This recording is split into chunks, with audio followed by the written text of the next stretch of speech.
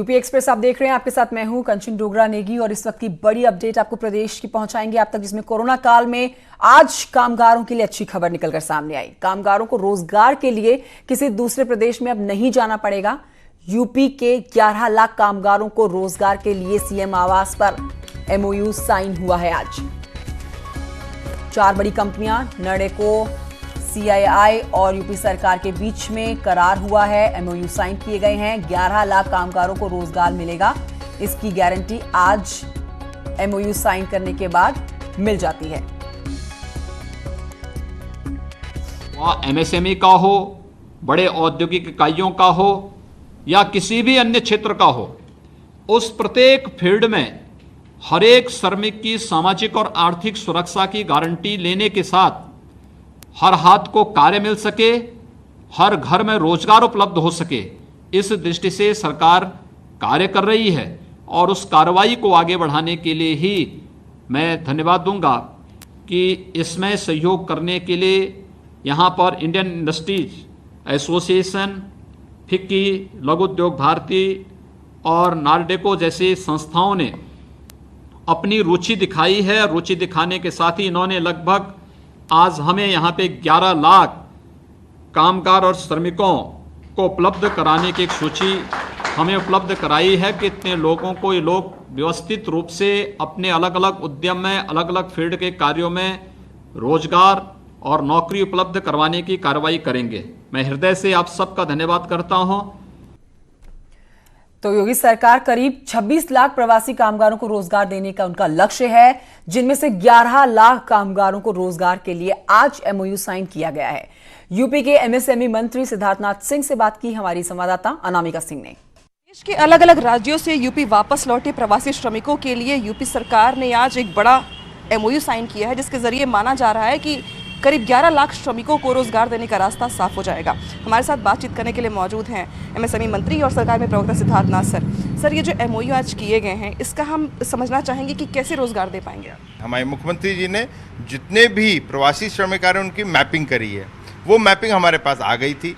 उसके आधार पर हम लोगों ने 18 लाखों की मैपिंग करी है और उसके आधार पर हम लोगों ने इन लोगों को बताया कि इतने हमारे पास हैं, तो इन्होंने कहा फिर आप हमें दे दीजिए। तो आज उसका एमओयू हुआ है, जिसके अंदर इंडियन इंडस्ट्रीज एसोसिएशन, फिक्की, फिर आपके लघु भारतीय उद्योग वाले हैं, नर्डेको हैं, ये जितने हैं सबने 11 लाख का आज प्रस्ताव दिया है। मुख्यमंत्री जी के सामने एमओयू हुआ है। ये बहुत बड़ी चीज़ है। जितने भी प्रवासी श्रमिक आए हैं, ये हमारे मुख्यमंत्री जी का वादा था कि उनके जब आएंगे तो उनके हाथों को काम दिया जाएगा। वो आज जो उनका वादा है, उनका जो सपना है, उत्तर प्रदेश का एमएसएमई डिपार्टमेंट उसको पूरा कर रहा है। सर, सबसे ज़्यादा रोजगार किस सेक्टर में डेवलप हो सकते हैं, ये माना जाए तो? ये देखिए, कंस्ट्रक्शन इंडस्ट्री बहुत बड़ी है। कंस्ट्रक्शन इंडस्ट्री जब मैं बात करता हूँ तो उसमें खाली लेबर ही नहीं होता, उसके साथ साथ उसमें कहीं इलेक्ट्रीशियन है, प्लम्बर है, मेसन है, तो राजमिस्त्री हैं, ये सब आ जाते हैं, तो वो बड़ी होती है हमेशा। मगर साथ ही साथ हम लोगों ने देखा कि काफ़ी और जैसे पैरामेडिक, इसमें पैरामेडिक्स बहुत आए हुए हैं, उनकी आवश्यकता हम लोग को बहुत है उत्तर प्रदेश में, उनको काम मिल रहा है। बहुत सारे श्रमिक ऐसे हैं जो स्किल्ड हैं, जिन्हें डायरेक्टली काम मिल जाएगा इस हस्ताक्षर के बाद। बाकी जो बहुत अनस्किल्ड भी हैं, उन्हें पहले उनको ट्रेनिंग दी जाएगी, इसके बाद से आने वाले दिनों में उनके लिए रोजगार के लिए रास्ता साफ किया जाएगा। अनामिका सिंह, न्यूज़ 18, लखनऊ। तो सीएम योगी के एक्शन में आते ही मंत्रियों ने भी हॉस्पिटल का निरीक्षण करना शुरू कर दिया। कानपुर में चिकित्सा शिक्षा मंत्री सुरेश खन्ना हैलेट अस्पताल पहुंचते हैं और इमरजेंसी सहित कई विभागों का निरीक्षण करते हैं। सुल्तानपुर में स्वास्थ्य मंत्री जयप्रताप सिंह ने जिला हॉस्पिटल का निरीक्षण किया। हाथरस में स्वास्थ्य राज्य मंत्री अतुल गर्ग ने जिला हॉस्पिटल का निरीक्षण किया। ये 3 तस्वीरें आपके टेलीविजन स्क्रीन पर।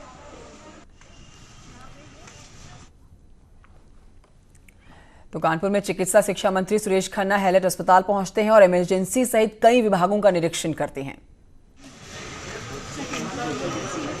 आप देख रहे हैं तस्वीरें कानपुर में चिकित्सा शिक्षा मंत्री सुरेश खन्ना की, जो कि हैलेट अस्पताल में पहुंचे हुए हैं। तो सीएम योगी के एक्शन में आते ही तमाम जो मंत्री हैं, हड़कंप उसमें बचता है और अस्पताल के निरीक्षण करने के लिए सब एक के बाद एक निकलते हैं। आपको सुल्तानपुर की भी तस्वीरें दिखाएंगे, जहां पर स्वास्थ्य मंत्री जयप्रताप सिंह ने जिला हॉस्पिटल का निरीक्षण किया है। स्वास्थ्य मंत्री ने इमरजेंसी और डायलिसिस सेंटर का निरीक्षण किया। अफसरों को व्यवस्थाएं सुधारने के निर्देश दिए। स्वास्थ्य मंत्री के औचक निरीक्षण से हॉस्पिटल प्रशासन में हड़कंप मच गया। बता दें आपको कि स्वास्थ्य मंत्री जयप्रताप सिंह सुल्तानपुर के प्रभारी मंत्री भी हैं। हाथरस में स्वास्थ्य राज्य मंत्री अतुल गर्ग ने जिला हॉस्पिटल का निरीक्षण किया और इस दौरान उन्हें कई अव्यवस्थाएं नजर आईं, जिस पर उन्होंने अफसरों को व्यवस्था सुधारने के निर्देश भी दिए हैं।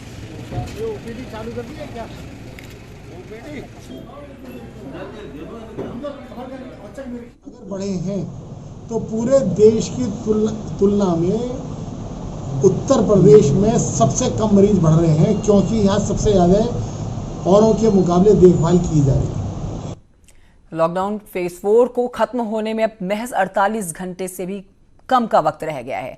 ऐसे में क्या लॉकडाउन 5वां चरण जो है वो आएगा, और इसको लेकर हलचलें अब तेज हो चुकी है। आज गृह मंत्री अमित शाह ने प्रधानमंत्री नरेंद्र मोदी से मुलाकात की। बैठक तकरीबन 1 घंटे तक चली। कल गृह मंत्री अमित शाह ने सभी राज्यों के मुख्यमंत्री से बातचीत की थी। हालांकि लॉकडाउन के चौथे चरण में कई छूट दी गई हैं। अब ऐसे में यह माना जा रहा है कि लॉकडाउन का जो 5वां चरण होगा वो और छूट के साथ जारी किया जा सकता है।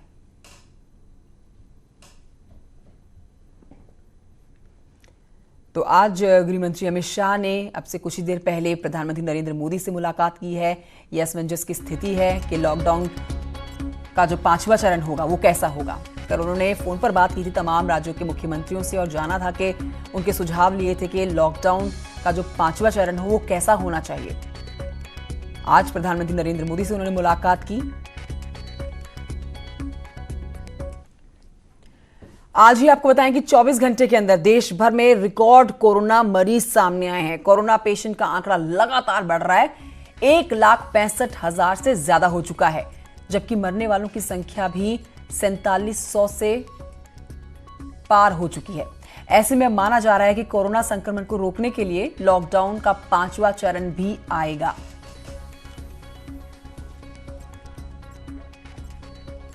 शैलेंद्र वांगू हमारे साथ इस खबर पर और जानकारी के साथ मौजूद हैं। शैलेंद्र वांगू, प्रधानमंत्री नरेंद्र मोदी से गृह मंत्री अमित शाह ने मुलाकात की है 5वें चरण को लेकर, लेकिन जिस तरह से कोरोना के मामले बढ़ते जा रहे हैं और हम बहुत ही तेजी से बीते कुछ दिनों की बात करें तो हम 6000 से ऊपर जा रहे हैं हर दिन, ये मान के चलें कि लॉकडाउन का 5वां चरण आएगा।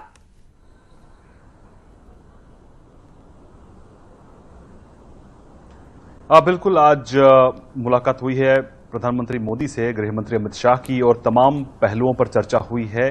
वो भी तब जब कल ही गृह मंत्री की, जैसे आपने बताया, कि चर्चा हुई थी सभी मुख्यमंत्रियों से। लेकिन हमारे पास जो भी फिलहाल सूत्रों के हवाले से खबर आ रही है उसके मुताबिक लगभग सभी मुख्यमंत्रियों ने, बड़ी तादाद के जो मतलब majority of the chief ministers, उन्होंने लॉकडाउन को आगे बढ़ाने की पैरवी की है और कहा है कि लॉकडाउन को आगे बढ़ाया जाना चाहिए।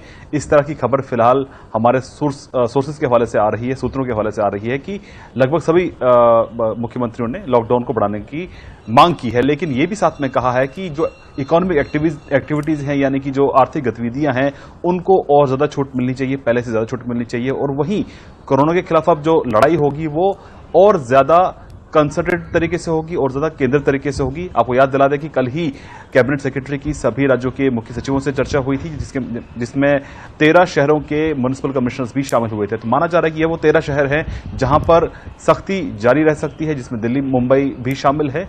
और वहीं साथ ही साथ नई रूपरेखा क्या होगी, इसको लेकर माना जा रहा है कि 1-2 दिन के अंदर ही गृह मंत्रालय की तरफ से नई गाइडलाइन जारी की जाएंगी। लॉकडाउन 5 होगा या नहीं, इसको लेकर अब तक क्लैरिटी नहीं है, लेकिन माना जा रहा है कि सभी राज्यों को ऑन बोर्ड लेकर ही, सभी राज्यों की आपसी सहमति के साथ ही इस पर केंद्र फैसला लेगा। और शैलेंद्र वांगू, ये भी मान के चलें कि प्रधानमंत्री नरेंद्र मोदी जो रविवार को मन की बात कार्यक्रम करने वाले हैं, उसमें ही इस बात का जिक्र हो जाए कि लॉकडाउन फेज 5 जो है अब वो देशवासी देखने वाले हैं और उसका एक बदला हुआ स्वरूप, या फिर ये कहें कि ढील, छूट उसमें थोड़ी ज्यादा दी जा सकती है, क्योंकि जैसे हमारा इकोनॉमी का ग्राफ गिर रहा है उसको भी दुरुस्त रखना है, उसको भी बनाए रखना है।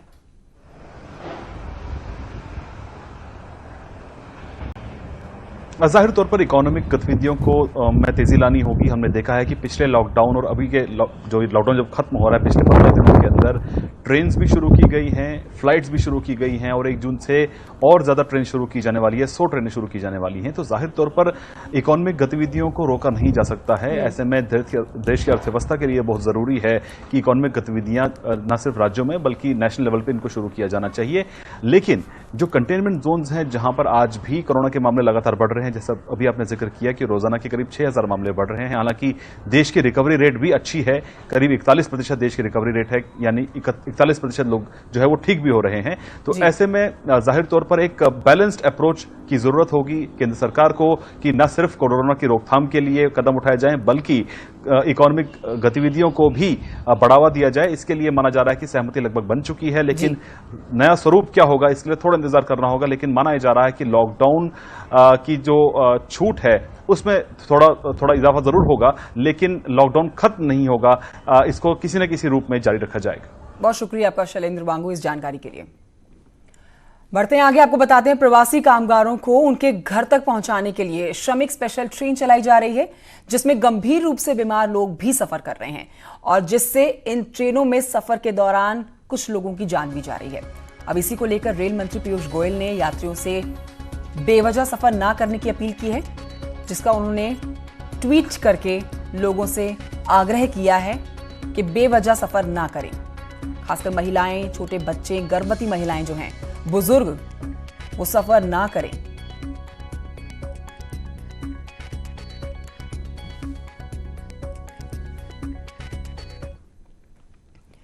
अब आपको बताते हैं कि प्रवासी कामगारों को उनके घर तक पहुंचाने के लिए श्रमिक स्पेशल ट्रेन चलाई जा रही है, जिसमें गंभीर रूप से बीमार लोग भी सफर कर रहे हैं, जिनसे ट्रेनों में सफर के दौरान कुछ लोगों की मौत भी हो रही है। रेल मंत्री पीयूष गोयल ने यात्रियों से बेवजह सफर नहीं करने की अपील की है। ट्वीट इसके लिए किया है रेल मंत्री पीयूष गोयल ने और बार बार देशवासियों से अपील कर रहे हैं कि जब तक बहुत जरूरी ना हो रेल की यात्रा ना करें।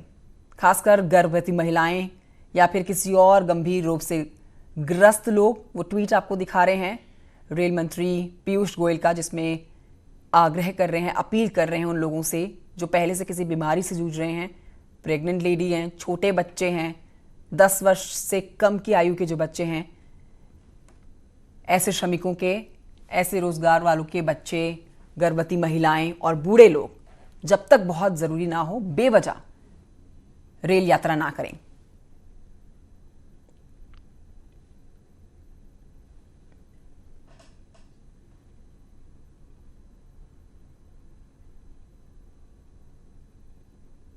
तो लगातार ऐसी भी खबरें सामने आ रही हैं जिसमें लोगों की जान जा रही है। बहुत सारे फोटोज, बहुत सारे वीडियो सोशल मीडिया पर वायरल हो रहे हैं।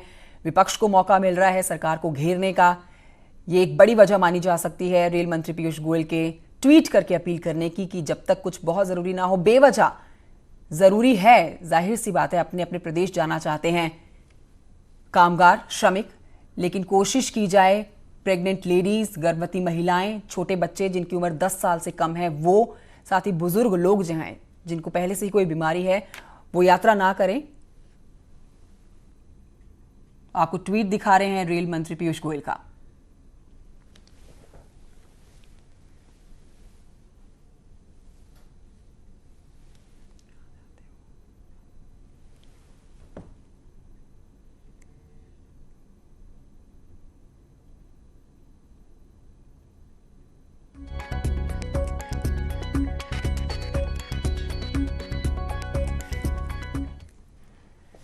रेलवे ने सभी स्पेशल ट्रेनों के लिए एडवांस रिजर्वेशन की अवधि को मौजूदा 30 दिन से बढ़ाकर 120 दिन कर दिया है। यह सुविधा यात्रियों के लिए 31 मई की सुबह 8 बजे से उपलब्ध हो जाएगी और इसके साथ ही यात्री 1 जून से यात्रा के लिए तत्काल टिकट और करंट बुकिंग जैसी सुविधा का लाभ उठा सकेंगे।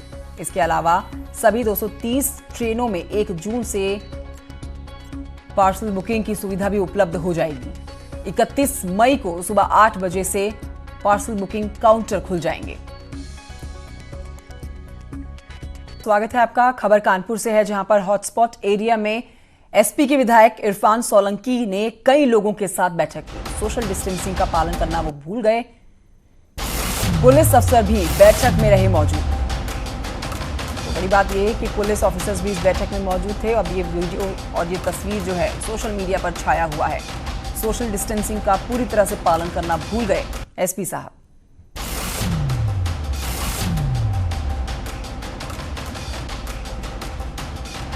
तो ये वीडियो है जो सोशल मीडिया पर छाया हुआ है। कानपुर से तस्वीरें हैं। ये हॉटस्पॉट एरिया है जहां पर एसपी के विधायक हैं इरफान सोलंकी और उनके साथ आप देख सकते हैं बहुत ज़्यादा भीड़, भारी मात्रा में मौजूद लोग और यहाँ पर पुलिस ऑफिसर्स भी मौजूद थे। उनकी मौजूदगी में सोशल डिस्टेंसिंग का पालन ना करते हुए भारी मात्रा में लोग मौजूद ये बैठक कर रहे हैं इरफान सोलंकी जी और सोशल डिस्टेंसिंग की धज्जियां उड़ा दी।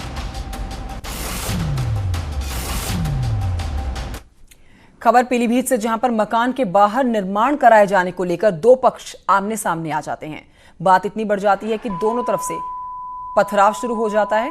एक गुट के लोग उसे कब्रिस्तान की जमीन बता रहे हैं तो दूसरे गुट के लोग उस पर निर्माण करा रहे हैं। ये जमीन पहले भी विवादित रही है।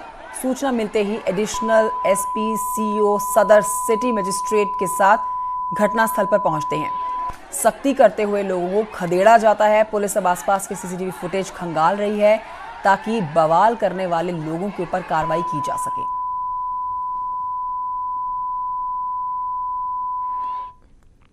खबर मेरठ से जहां पर दो बंदूकबाज गिरफ्तार हुए हैं। खुलेआम फायरिंग करने के बाद ये गिरफ्तारी की गई है। हवा में फायरिंग करने वाले दो युवक हो चुके हैं अब गिरफ्तार। वायरल वीडियो के बाद पुलिस ने इन्हें गिरफ्तार किया।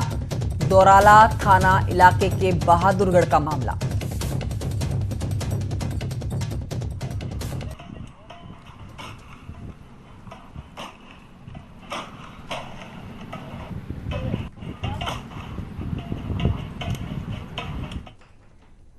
अब आपको बताएं कि बहराइच में पुलिस टीम पर हमला हुआ। दबंगों ने पुलिस पर डंडे मारे, हमला उन पर कर दिया।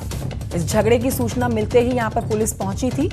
खेत में पानी को लेकर आपस में विवाद हो रखा था दो पक्षों में। इस मारपीट में 7 लोग घायल भी हो चुके हैं, लेकिन पुलिस ने 16 लोगों पर केस दर्ज कर लिया है।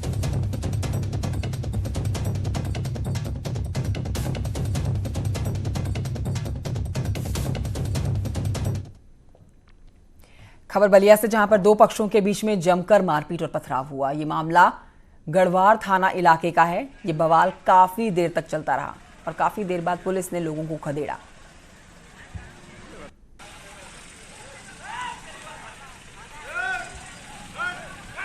तो देखिए ये दो पक्ष आपस में लड़ रहे हैं, पत्थरबाजी कर रहे हैं। बवाल और पथराव का जो ये वीडियो है सोशल मीडिया में है। पुलिस ने इन लोगों को खदेड़ा जैसे ही पुलिस को इस बात की सूचना मिली। लगातार पड़ रही गर्मी के बाद अब लोगों को थोड़ी राहत मिलनी शुरू हो गई है, क्योंकि गुरुवार को कई शहरों में आंधी तूफान और बारिश आई, जिससे पारा 5 डिग्री गिर गया।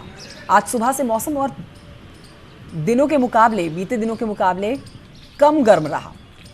हीट वेव जो थी वो लोगों को कम महसूस हुई। मौसम बेहतर लगा बीते 5 दिनों से। मौसम विभाग के अनुसार आने वाले 3 से 4 दिनों तक कुछ ऐसा ही मौसम बना रहेगा।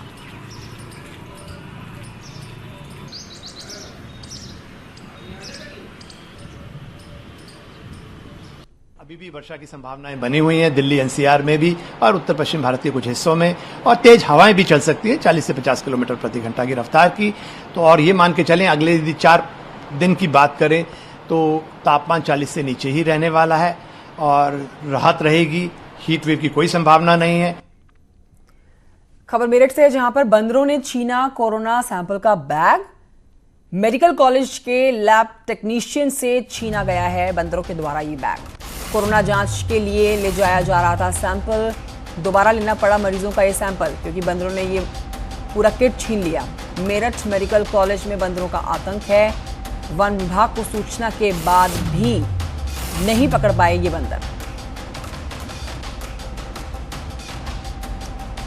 तो जिस बंदर ने बैग छीना है वो देखिए आपको हम लाल रंग के बॉक्स में दिखा रहे हैं। पेड़ पर चढ़ा हुआ है। इस पूरे इलाके में बंदरों का खौफ बना रहता है।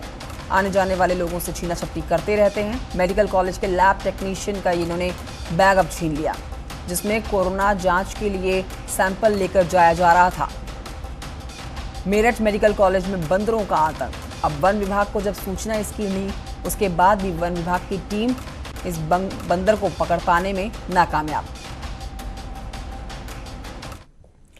पाकिस्तान से आए टिड्डी दल को लेकर पश्चिमी यूपी और उत्तराखंड के तराई वाले इलाकों में अलर्ट जारी किया गया है। मेरठ, मुजफ्फरनगर, सहारनपुर समेत कई जिलों में प्रशासन का अलर्ट है।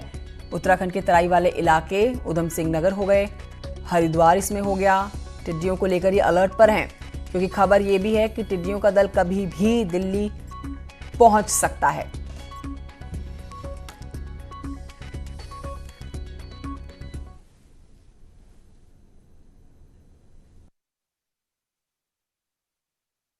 तो करोड़ों टिड्डियों का ये आतंक मचा हुआ है। कई हेक्टेयर की फसल अब तक ये चट कर चुकी हैं। राजस्थान से निकली हुई ये टिड्डियां मध्य प्रदेश का सफर तय करते हुए उत्तर प्रदेश पहुंचती हैं और अब खबर आ रही है कि कभी भी दिल्ली में दस्तक दे सकती हैं टिड्डियां।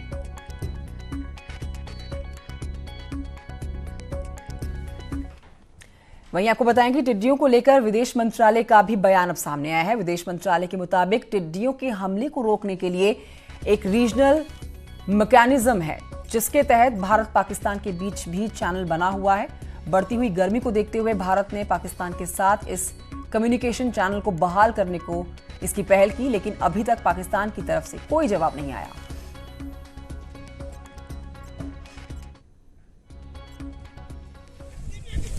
हम कह रहे हैं जहाँ पे हमारे इतना फूल है तो सब communication. This is at the level of locust officials with Pakistan, and this channel is normally activated in the month of June. And in view of the alarming situation of the locust problem this year, we have suggested that this mechanism be activated and coordinated control operations be undertaken. We are yet to receive a response from Pakistan. दिन किसानों की फसलों पर पाकिस्तानी टिड्डियों का हमला जारी है। तस्वीरों में आप देखेंगे अब किस तरह से टिड्डियां फसलों को नुकसान पहुंचा रही हैं। इनको पकड़ पाने की भी हर कोशिश नाकाम साबित हो रही है। कई लोग थाली बजा के, शोर मचा के इन टिड्डियों को भगाने की कोशिश कर रहे हैं, तो कई जगह पर कीटनाशक स्प्रे भी किया जा रहा है। और इसके साथ बुलेटिन में इतना ही। आप देखते रहिए न्यूज़ 18।